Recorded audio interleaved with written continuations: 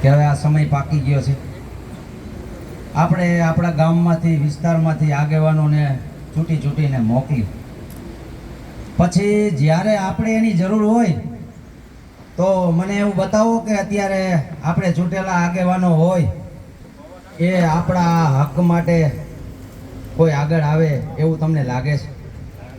અહીંયા આટલા બધા આપણે આખા તાલુકાના ભેગા થયા છીએ, ત્યારે આપણા જિલ્લાના તાલુકાના કોઈ એવા આગેવાનો હોય કે આપણા હિત માટે અને આપણને જે અન્યાય થાય છે એના માટે કોઈ આપણા માટે લડે?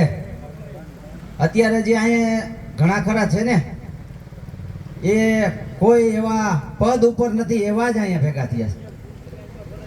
જે સરકારમાં અત્યારે છે, જેને આપણે ચૂંટીને મોકલા છે, એમાંથી જો આપણી પડખે ઉભા રહી એવા આગેવાનો તમને આમાં દેખાતા હોય તો મને કયો. નહીં હોય. કારણ કે કોઈને આપણા હક માટે લડવાનો સમય નથી. બધાને પોતાનું જ કરવું છે, પોતાના ઘર ભરવા છે. અને જ્યારે કોઈ સાચું કે ખોટું કર્યું હોય એટલે આ સરકારથી દબાવવું છે, અને ક્યારે આપણા માટે લડવાના નથી. એટલે આપણે જ આપણા લડવૈયા બનવાનું છે, આપણે જ આપણા નેતા બનવાનું છે. ખેડૂતે જ ખેડૂતનું હિત કરવાનું છે. હું અત્યારે અહીંયા મારા ગામથી આવ્યો છું. અમારા દોમડા ભાવિના ગામમાં ઘણી નોટિસો આવી છે અને ઘણા વીજ પોલ આવવાના છે, પણ મારા ખેતરમાં અત્યારે એક પણ વીજ પોલ આવવાનો નથી. પણ મારા ભાઈના ખેતરમાં નથી આવવાનું, મારા ગામમાં નથી આવવાનું, બધાને આવવાનું છે. હજી આ તો શરૂઆત છે, હજી 1-2 લાઈન, એમાંય હજી બધાને નોટિસો નથી આપી. થોડા વ્યક્તિઓને આપે છે, એકને આપે, એકને ન આપે, વળી થોડા દિવસ પછી બીજાને આપે. શું કરવા? કે આપણે લોકો એક થઈ અને બધા સરકાર સામે અવાજ ન ઉઠાવી શકીએ, બધાને અલગ અલગ બોલાવે. શું કામ? એકલો માણસ કાંઈ કરી શકે નહીં. એને સંગઠનની જરૂર પડે, એને એકબીજાના સહકારની જરૂર પડે. પણ અત્યારે અમારા ગામમાંથી જેટલા થાંભલા કે જેટલી નોટિસ આવી છે ને એમાંથી 50% નથી આવ્યા, ને જેને નથી આવ્યા અહીંયા છે. આ આપણી એક મોટામાં મોટી તકલીફ છે.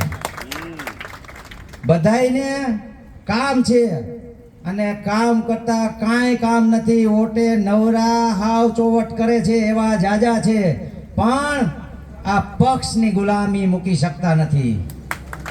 જ્યારે એના ખેતરમાં થાંભલો આવે છે છતાં પણ આ પક્ષના દબાણો એ હજી સમજી શક્યા નથી. એને સમજવું પડશે. આજે નહીં તો કાલે બધાયનો વારો છે. વરસાદ આવે એટલે કહે છે કે વારા પછી વારો અને મેં પછી ગારો. બધાયને જ્યારે આંખ ઉઘડશે ને ત્યારે જ આ પરિવર્તન આવશે, અને હવે એ સમય પાકી ગયો છે.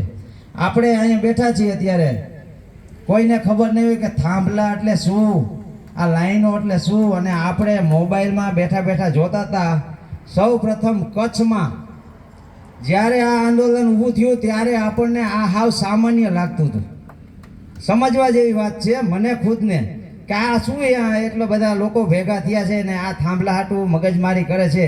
ત્યારે મને જરા પણ પીડા નહોતી. પણ હવે જ્યારે મારા ગામમાં આવ્યું, મારા ભાઈના ખેતરમાં આવ્યું, ત્યારે મને પીડા જાગી.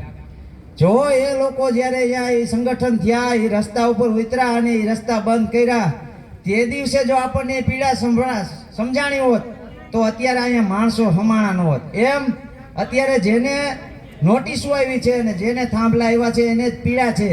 બાજુમાં એના ભાઈને પીડા નથી, એના ગામનાને પીડા નથી. એટલે અહીંયા માણસોની સંખ્યા ઓછી છે. પણ જ્યારે બધાને એ પીડા સમજાશે ત્યારે મોડું થઈ જશે. એટલે હું આપણા આખા તાલુકાના ખેડૂત મિત્રોને એ આ સ્ટેજ વતી એવું કહું છું કે અત્યારે સમય છે સરકારને આપણી તાકાત બતાવવાનો. તો ગામથી આપણે આખો દિવસ સવારમાં કામ હોય તો કામકાજ બધું કમ્પ્લીટ કરી અને 2-4 કલાક સમય ન આપી શકીએ. દરેક ખેડૂત મિત્રોને હું એવું અહીંથી કહેવા માગું છું કે આપણે અહીંયા આપણી શક્તિ બતાવવાનો સમય છે. આ 3 દિવસનો કાર્યક્રમ છે, તો 3 દિવસમાં એક ગામમાંથી 50 માણસો આવે ને તો એ જનમેદની સમયની અને સરકારને એની અસર પડે.